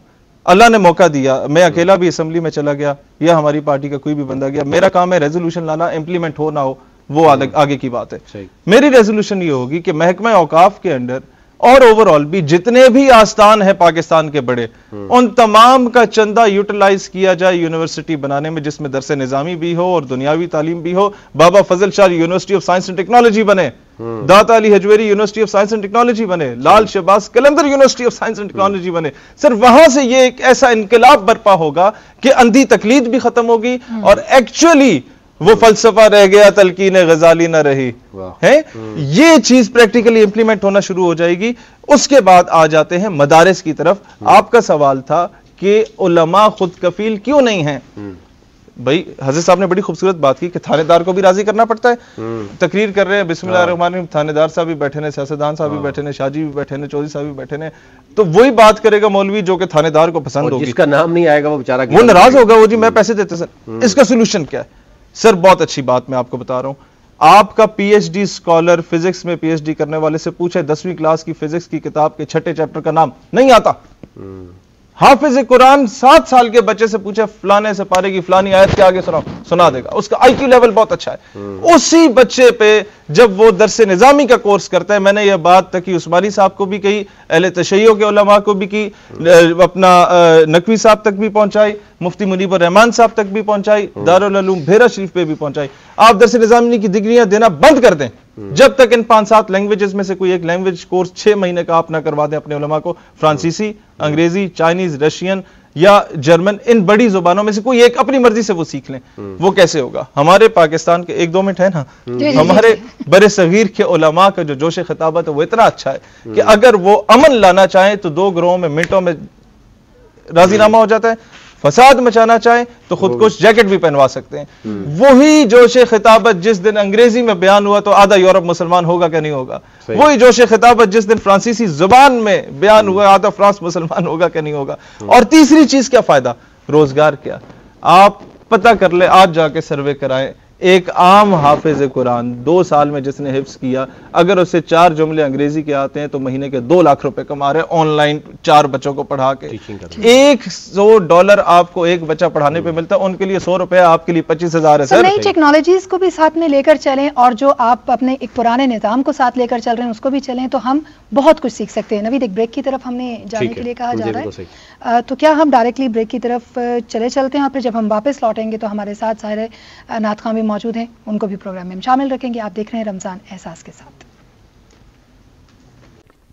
شاہ مدینہ, شاہ مدینہ, شاہ مدینہ, شاہ مدینہ, یسرف کی والی سارے نبی تیرے در کے سوالی. شاہ مدینہ, شاہ مدینہ, شاہ مدینہ, شاہ مدینہ.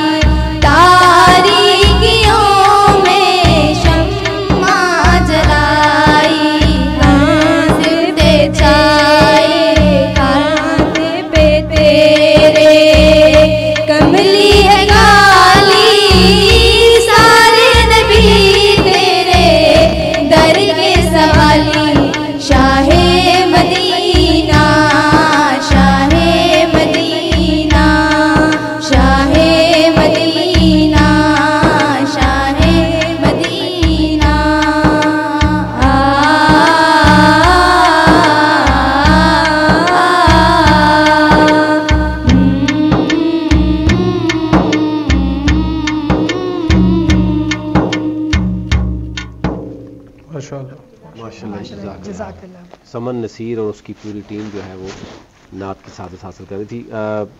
مولانا صاحب آپ کی طرف، علامہ صاحب آپ کی طرف آؤں گا. اب ذرا ہم کلوزنگ کی طرف بھی جائیں گے. تو ایک تو آخری عشرہ ہے، اس کے بعد ہم یہ دیکھ رہے ہیں کہ عید کا سماں بھی ہے. ابھی ہمارے ہاں شاپنگ بھی عروج پہ ہے، عبادات بھی عروج پہ ہیں. تو کیا میسیج دینا چاہیں گے ہمارے ہاں جو نوجوان ہیں، جو بزرگ ہیں، جو خواتین گھروں میں ہیں، کس طریقے سے وہ اپنی عید کی شاپنگ میں بھی اور عبادات میں بھی لوگوں کی جو اسپیشلی حقدار ہیں ان کو کیسے عید کی خوشیوں میں شریک کریں؟ اور علاوہ سب تھوڑے سے دن چونکہ باقی ہیں اور اس کے بعد پھر ہم واپس اس روٹین میں چلے جاتے ہیں جہاں نیکیوں کا عمل تھم جاتا ہے. بھوک تو ظاہر ہے اس کے بعد بھی لگتی ہے، ضرورت اس کے بعد بھی رہتی ہے. تو وہ ہمارے کیا عمل ہونے چاہیے جو اس کے بعد ہم کیری کریں؟ جی، بنیادی طور پر دیکھیں کہ یہ پورے سال میں ایک مہینہ جو رمضان المبارک کا آتا ہے، اگر ہم اس کے فلسفے کو دیکھیں تو یہ کلیئر بات نظر آتی ہے کہ یہ ایک ریفریش کورس کروایا جاتا ہے. جس طرح فورس ہوتی ہیں، مختلف ادارے ہیں، وہ اپنے امپلائر کو ریفریش کورسز کرواتے ہیں تاکہ آپ آئندہ کے لیے مزید جو ہے وہ پہلے سے بہتر ہو جائیں. تو یہ تو اللہ کریم نے ہمیں 11 ماہ اس مشق کو، ہاں اس مشق کو ہم بنیادی طور پر ادا کریں. مثلا صرف رمضان میں کوئی روزے کے ساتھ جھوٹ بولنا گناہ نہیں ہے، ہر حال میں جھوٹ بولنا گناہ ہے. غیبت کرنا صرف عام حالت میں گناہ نہیں ہے، روزے میں گناہ نہیں، ہر حال میں گناہ ہے. اسی طرح مکر و فریب، دیگر اپنا حرام امور جن کو اللہ رسول نے قرار دیا ہے، تو وہ ہر حال میں مسلمان کے لیے تو گویا یہ تو آپ کو ایک ڈومین دی جا رہی ہے، ایک ڈائریکشن دی جا رہی ہے کہ اس انداز سے اپنی زندگی کو گزاریں تاکہ آپ کا آنے والا جو سفر برزخ کا ہے، حشر کا ہے، وہ آسانیوں پر ہو، وہ رحمت پر مبنی ہو. بنیادی فلسفہ تو یہی ہے. وہی جو امام غزالی نے بات کی کہ آپ کو اگر جانچنا چاہتے ہیں کہ آپ نے رمضان سے کیا پایا، تو رمضان کے بعد بھی اگر آپ کے معمولات وہی ہیں تو پھر آپ سمجھ لیں کہ آپ کا یہ روزہ بھی قبول ہو گیا ہے، آپ کا یہ نماز تراویح بھی اور اللہ اللہ کرنا، تسبیحات بھی اللہ نے قبول کر لیے. ادروائز یہ ہے کہ ہمیں دیکھنا چاہیے کہ یقیناً ہمارے اعمال میں کوئی ایسی خامیاں رہ گئی ہیں کہ ہماری زندگی میں وہ بات نہیں آئی.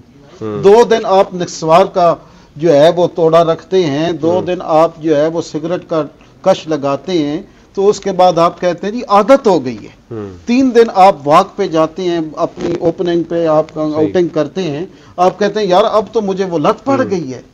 تو اگر مومن کو نیکی کرنے کے بعد نیکی کی لت نہیں پڑی تو سمجھ لے کہ اس کی وہ نیکی نہیں ہے، یہ ایک روٹین ورک ہے جو ہم کر رہے ہیں.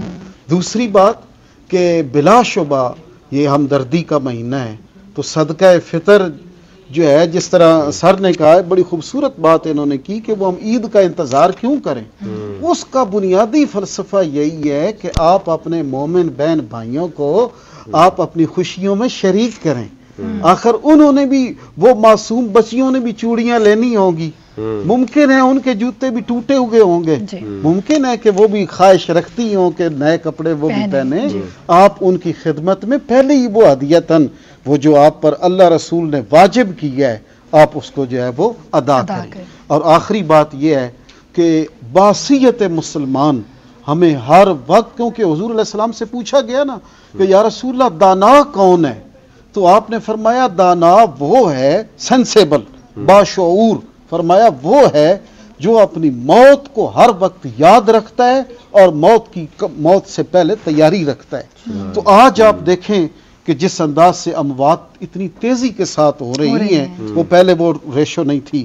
اب نہ تو اس کو بڑے نوجوان چلتے پھرتے لوگ، اب یہ نہیں ہے کہ وہ بوڑھے ہوں گے تو مریں گے، نوجوان کی اموات ہو رہی، معصوم بچوں کی، بوڑھوں کی، ہماری ماؤں بہنوں کی، بیٹیوں کی.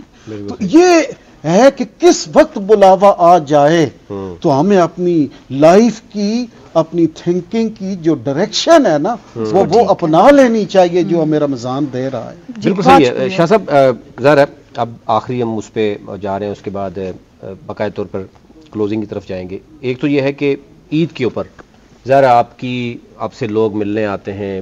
سیاستدانوں کا یہ ہوتا ہے کہ وہ عید ہو یا کہیں کوئی فوتگی ہو تو آپ کو ضرور حاضری دینی پڑتی ہے. لوگوں سے ملنا پڑتا ہے، ورنہ لوگ کہتے ہیں جی صرف ہم جو ہے وہ ووٹ دینے کے لیے نہیں آتے. تو کس طرح کی رمضان میں ایک تو روٹین کیا ہوتی ہے، اور آخری عشرے میں کیونکہ ہم دیکھتے ہیں افطار کا سلسلہ ہمارے ہاں چلتا ہے، پھر عید کس طرح کی ہوتی ہے اور کس طرح کی ہونی چاہیے اس وقت موجودہ حالات؟ مطلب ہماری تو رمضان میں بھی افطار مطلب کیونکہ ایک سوشلی پولیٹیکلی ایک ہے گیدر ہونا، مطلب پالیٹکس تو یہی ہے کہ ہر وقت موجود رہنا اور عوام میں رہنا. ہماری تو یہ آج کل چلتی رہتی ہے. مطلب یہ بھی ہوتا ہے کہ دو جگہ پہ افطاری اور بڑا ہیکٹک ہوتا ہے، حالانکہ دل نہیں چاہ ہوتا کہ رمضان میں کوشش ہوتی ہے یار کہ گھر پہ بیٹھ کے روزہ افطار کریں، مگر مجبوری ہے اب ڈفرنٹ جگہوں پہ. مطلب ایک تو ہوتا ہے ایریا، مطلب چلے نا اب ایک یہاں پہ ہے ہر ایک کو خوش بھی کرنا، ناراض بھی ہو جاتے ہیں. میں تو ایک ہی 11 میں ہے، تو پھر وہ بڑا جو ہے نا پرابلم آ رہی ہوتی ہے. عید والا دن خیر شروعات تو نماز سے ہی ہوتی ہیں. سب سے نماز سے پہلے اپنے بزرگوں کے قبرستان جانا، دعا کرنا. وہ ویسے بھی ہم لوگ جاتے ہیں، اور عید وغیرہ پہ بھی بالکل لوگوں کا آنا جانا صبح سے ہی چل رہا ٹائم سے سٹارٹ، علاقائی معاملات میں ملنا جلنا. اور میں یہ سمجھتا ہوں کہ جو موجودہ حالات ہیں، اگر میرے پاس وسائل ہیں نا کہ 2 جوڑوں کے، تو مجھے ایک لینا چاہیے. ایک کسی کے لیے احساس جو ہے نا، بالکل بڑی بات. اب چیز ہے احساس کی. شاید اب یہ حالات ہے نا، گھر میں اگر 3-4 بھائی ہیں تو ان کے بھی ایک جیسے حالات نہیں ہے. آپ یہاں سے سٹارٹ کریں. بالکل بے شک کرنا آپ کو یہاں سے. صحیح. یہ نہیں کہ آپ نے محلے میں بانٹ دینا ہے جی، وہ ادھر بانٹ دینا ہے. دیکھیں بنیادی چیز جو ہے نا احساس کی، وہ یہی ہے کہ آپ گھر سے سٹارٹ کریں گے اور اس سے آگے نکلتے جائیں، پھر آگے نکلے نا. مطلب میں سمجھتا ہوں کہ آج اس دور میں مطلب گھر میں ایک جیسے حالات نہیں ہیں. سب بھائیوں بہنوں کے ایک جیسے حالات نہیں ہوں گے، صحیح مختلف ہیں. تو اس لیے ہمیں اس چیز کو احساس کو ہی لے کے آگے چلنا چاہیے. اگر چلنا چاہیے. دیکھیں میں ایک بات، یہ ہمارے کوتاہیاں ہیں ہماری کہ ہم صرف رمضان کو یہ سمجھتے ہیں کہ اس میں عبادت کریں گے. اور میں یہ سمجھتا ہوں کہ نماز جو ہے نا وہ کسی بھی معاملے میں منع نہیں ہے. کسی جگہ صحیح. مولا کائنات نے حضرت علی نماز میں صدقات بھی کی، شہادت بھی نماز میں. امام حسین علیہ السلام کربلا میں نماز نہیں چھوڑی. جنگ کی حالت میں بھی اگر نماز نہیں چھوڑی تو ہم لوگ تو کہتے ہیں جی وہ سفر میں ہے، ہماری قضا ہے یا کوئی چیز ہے. یہ تو ہیلے بانے ہیں ہمارے. اور نماز جو ہے برائی سے روکتی ہے. بالکل صحیح. بہت خوبصورت بات انہوں نے کی ہے کہ جی نماز کے ٹائم ہم نماز پڑھ رہے ہیں جی، اور بے ایمانی بھی کریں، سب کچھ کریں، مگر میں نہیں وہ سمجھتا کہ وہ نماز ہے. وہ تو ایک ٹکر ہے، دکھاوا ہے. صحیح. نماز جو ہے وہ واحد چیز ہے جو آپ کو برائی سے روکے گی، سدھار کی وجہ بنے گی. بالکل. شاہ صاحب پروگرام کلوزنگ طرف جاتا ہے کہ بچی ہمارے ساتھ موجود ہے، ثنا نصیر ہمارے ساتھ موجود ہے. اس سے نعت کی سعادت حاصل کرتے ہیں، اور پھر میں شہید سیالوی صاحب کی طرف جاؤں گا اور باقاعدہ پروگرام کی کلوزنگ کریں گے. لیکن ثنا نصیر ہمارے ساتھ کافی دیر سے موجود ہے، اس سے نعت کی سعادت حاصل کرتے ہیں. عشق مصطفیٰ جس کے سینے میں ہے،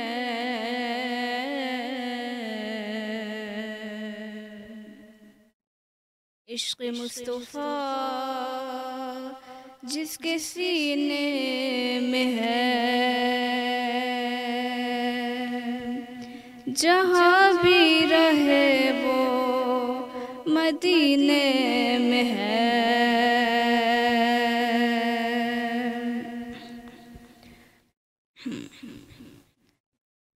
نہیں ہے کوئی دنیا میں ہمارا یا رسول اللہ، نہیں ہے کوئی دنیا میں ہمارا یا رسول اللہ.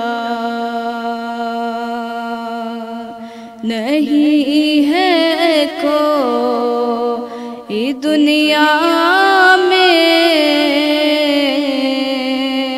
ہمارا یا رسول اللہ، ہمیں تو آپ ہی کا ہے سہارا یا رسول اللہ۔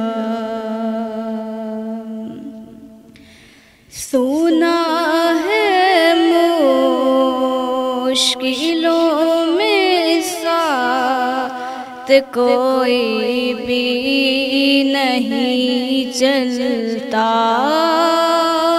یہ سنا ہے کہ گناہگاروں کو بھی جنت سے وہ روکیں گے، حکم ہوگا کہ آنے دو، حکم ہوگا کہ آنے دو، یہ امت ہے محمد کی، مدینہ یاد آتا ہے، مدینہ یاد آتا ہے، مدینہ یاد آتا ہے، مدینہ یاد آتا ہے۔ عموماً زندگی میں دکھ کے دن بھی آ ہی جاتے ہیں، عموماً زندگی میں دکھ کے دن بھی آ ہی جاتے ہیں، کبھی لمحہ یہ آئے تو مدینہ یاد کر لینا، مدینہ یاد آتا ہے، مدینہ یاد آتا ہے، مدینہ یاد آتا ہے، مدینہ یاد آتا ہے۔ بہت اچھی آپ نے طریقے سے نعت رسول مقبول صلی اللہ علیہ وآلہ وسلم ہمارے ساتھ آپ نے ہمیں بھی یہ سعادت حاصل دی اس محفل میں، ایک بار پھر آپ ہمیں وہاں کھینچ کے لے سالوی صاحب کی طرف چلتے ہیں اور پھر ہم آئیں گے علامہ صاحب کی طرف، باقاعدہ طور پر دعا کے ساتھ کلوزنگ کریں گے۔ سالوی صاحب کیا میسج دینا چاہیں گے اس وقت جو مشکل طرح کے مسائل ہیں، ہم کسی جس طرف بھی رخ کریں گے؟ سر یہ سوال سب سے مشکل ہوتا ہے، پہلے بتائیں میسج کس کو دینا ہے؟ میسج آپ نے نوجوانوں کو بھی دینا ہے، نوجوانوں کو بھی دینا، اور جو لوگ بہتری کر سکتے ہیں ان کو بھی دینا ہے۔ دیکھیں نوجوانوں کو میسج یہ دینا چاہتا ہوں ستی صاحب، if you want to change the system, get into it, reach to the top, and then you could be able to change the entire system. Be a good bureaucrat, be a good army officer, be a good judge, اور چور بازاری کو روکو ہاتھ سے، and be a good politician as well. اور جب تک ہم لوگ خود یہ فیصلہ نہیں کرتے سسٹم میں جانے کا، ہم کبھی باہر بیٹھ کے پاکستان اس خونی انقلاب کا متحمل نہیں ہے جو ایران اور افغانستان میں ہے، وہاں ایک اسکول آف تھاٹ، ایک زبان تھی تو وہ لانے میں کامیاب ہوئی، یہاں تو پتھر اٹھاؤ نیچے دوسرا فرقہ پیدا ہوا ہوتا ہے، یہاں کسی ایک کو امام ماننے کو لوگ تیار نہیں تھے۔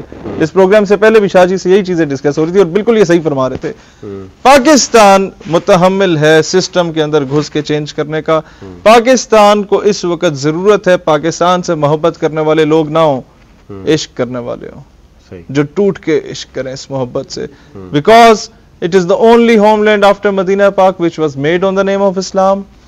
اور پھر دنیا میں دو ہی ریاستیں بنی، میں آج یہ ظلم کروں گا، زیادتی کروں گا اگر پاکستان کے نیشنل ٹیلی ویژن پہ بیٹھ کے روزوں کے دنوں میں، رمضان کے مہینے میں اگر اپنے فلسطینی ماؤں بہنوں بیٹیوں سے اظہار یکجہتی نہیں کرتا۔ اس وقت ستی صاحب، it's the responsibility of every Muslim to stand united for the sake of Al-Quds, for the sake of Palestine, for the sake of Masjid al-Aqsa and for the sake of Qibla Awwal. اس وقت مسلمانوں کو اس چیز کی تائید کرنی چاہیے جو آواز اٹھی تھی کہ جناب آخری جمعے کو جمعۃ الوداع کے دن کو یوم القدس تسلیم کرنا چاہیے. اس کو ایک فرقے سے نہیں، اسے پوری امت کو اب تسلیم کرنا چاہیے کہ یہ ایک اچھا میسج تھا، اور اس میسج کو اب ہر اسکول آف تھاٹ کو چاہیے کہ اسے فالو کرے. آپ نے اس معاملے پہ جس دن آپ پہ بم گرتا ہے وہ آپ سے فرقہ نہیں پوچھتا، ہاتھ کیسے باندھتے ہو نہیں باندھتے وہ نہیں پوچھتا، وہ آپ کو کلمے کی بنیاد پہ مار رہے ہیں. اور ہم کلمے کی بنیاد پہ آج اکٹھے ہونے کو تیار نہیں ہیں. آج اکٹھا ہونے کی ضرورت ہے، مسجد الاقصی کے لیے اکٹھا ہونے کی ضرورت ہے. سلطان عبد الحمید غازی نے کہا تھا کہ مکہ اللہ کا گھر ہے، اس کی حفاظت کا ذمہ، کعبۃ اللہ کا ذمہ اللہ تعالیٰ نے لیا. مدینہ رسول اللہ کا گھر ہے علیہ الصلوۃ والسلام، اس کی حفاظت کا ذمہ رسول اللہ نے لیا ہے. اور قبلہ اول ہم تمام مسلمانوں کے ذمہ ہے. کیا ہم اپنی ذمہ داری کو پورا کر رہے ہیں یا نہیں کر رہے؟ اور اگر آج اس کے ساتھ ظلم ہوتا ہے تو جو اردگان نے کہا تھا کہ یہ ظلم پھر سمجھے کہ یہ اسلام آباد کے ساتھ بھی ہوگا، یہی استنبول کے ساتھ بھی ہوگا. جب وہ محفوظ نہیں ہے تو پھر 2.25 ارب مسلمان محفوظ نہیں ہے. اس میں ستی صاحب جس وقت الیکشن ڈیلے کرانے میں ہمارے سیاستدان ایک خرافات میں انوالو ہو گئے ہیں، ایک دوسرے کو مطلب بے آبرو کرنے میں ہو چکے ہیں. ایک کہتا ہے الیکشن جلدی کراؤ، ایک کہتا ہے ڈیلے کراؤ. اس سینیریو میں ہمیں اپنے مسلمان بھائی بھول چکے ہیں. بالکل صحیح. ہمیں قائد اعظم کا پیغام بھول چکا ہے جنہوں نے انیشیلی کہا تھا کہ برے صغیر کا مسلمان کبھی ریاست اسرائیل کو تسلیم کرنے کے لیے تیار نہیں ہے. ہم اس کو بھول چکے ہیں. بالکل صحیح. بہت بہت بہترین پیغام جو ہے نا آپ تک پہنچایا. چلتے ہیں جی پروفیسر علامہ کلیم اللہ صاحب کی طرف دعا کے لیے، اور کیونکہ ہمارے ساتھ بچیاں بھی ہیں، اس کے بعد ان کی ریکارڈنگ بھی ہے، مختلف نعت کی سعادت ان سے حاصل کریں گے. مفتی صاحب کی طرف چلتے ہیں اور باقاعدہ طور پروگرام کا اہتمام کرتے ہیں. تمام مہمانوں کا ہم شکریہ بھی ادا کریں گے، اور اختتام پر ہم دعا کے ساتھ جو ہے وہ پروگرام کا باقاعدہ طور پر کلوزنگ کریں گے. مولانا صاحب جناب میری تو یہ گزارش ہوگی کہ بلا شاہ صاحب دعا فرمائیں. آل رسول ہیں تو آل رسول صاحبان رحمت ہیں اس امت کے لیے. آپ کی اجازت سے تمام احباب خصوصی دعا فرمائیں. الحمدللہ رب العالمین وصلی اللہ علی سیدنا محمد وعلی آلہ واصحابہ اجمعین. ربنا تقبل منا انک انت السمیع العلیم یا ارحم الراحمین. آج کی اس مبارک محفل میں جتنی باتیں ہوئیں تیرے دین کے حوالے سے ہوئیں، تیرے قرآن کے حوالے سے ہوئیں، تیرے حبیب صلی اللہ علیہ وسلم کی تعلیمات کے حوالے سے ہوئیں، اور اس وطن عزیز کے حوالے سے ہوئیں، مولا پاک نے اپنی جناب میں منظور و مقبول فرما اور ہمیں اس کا عمل کا پیکر بنا دے. یا رب العالمین اس وطن عزیز پاکستان پہ اپنا خصوصی کرم فرما. پاکستان کے اندرونی بحرونی جتنی مشکلات ہیں دستگیری فرما. سدا سلامت پاکستان تا قیامت پاکستان کو سلامتی اور دوام عطا فرما. یا رب العالمین یہ ماہ مبارک تیرا رحمتوں کا عشرہ ہے، ہم سب پہ اپنی رحمتوں کا نزول فرما، ہمارے آبا و اجداد پہ اپنی رحمتوں کا نزول فرما. یا رب العالمین یہ مغفرت کا عشرہ ہے، ہم سب کے گناہوں کو معاف فرما، ہمارے آبا و اجداد کے گناہوں کو معاف فرما. یا رب العالمین یہ جہنم سے آزادی کا عشرہ ہے، ہم تیری بارگاہ میں ارتجا کرتے ہیں کہ اللہم اجرنی من النار، یا اللہ ہمیں جہنم کی آگ سے پناہ عطا فرما. اس وطن عزیز پاکستان کو استحکام عطا فرما. یا رب العالمین جو مشکلات میں ہیں، پریشانیوں میں ہیں، دکھوں میں ہیں، مصیبتوں میں ہیں، اپنی رحمت اور اپنے کرم کا صدقہ سب پہ دستگیری فرما. یا رب العالمین ہم سب کے اندر اتحاد و اتفاق پیدا فرما، ہمیں ایک قوم بننے کی توفیق عطا فرما. یا اللہ تیری دستگیری سے، تیرے نام سے اور تیرے پیارے حبیب صلی اللہ علیہ وسلم کے نام سے یہ وطن عزیز حاصل کیا گیا. یا اللہ اس وطن کو اسلام کا قلعہ بنا. یا رب العالمین اس کی حفاظت فرما، اس کی حفاظت کرنے والوں کی حفاظت فرما. یا رب بالمصطفیٰ بلغ مقاصدنا واغفر لنا ما مضى واسع الكرم وصلی اللہ تعالی علی رسولہ محمد وآلہ واصحابہ اجمعین. آمین یا رب العالمین.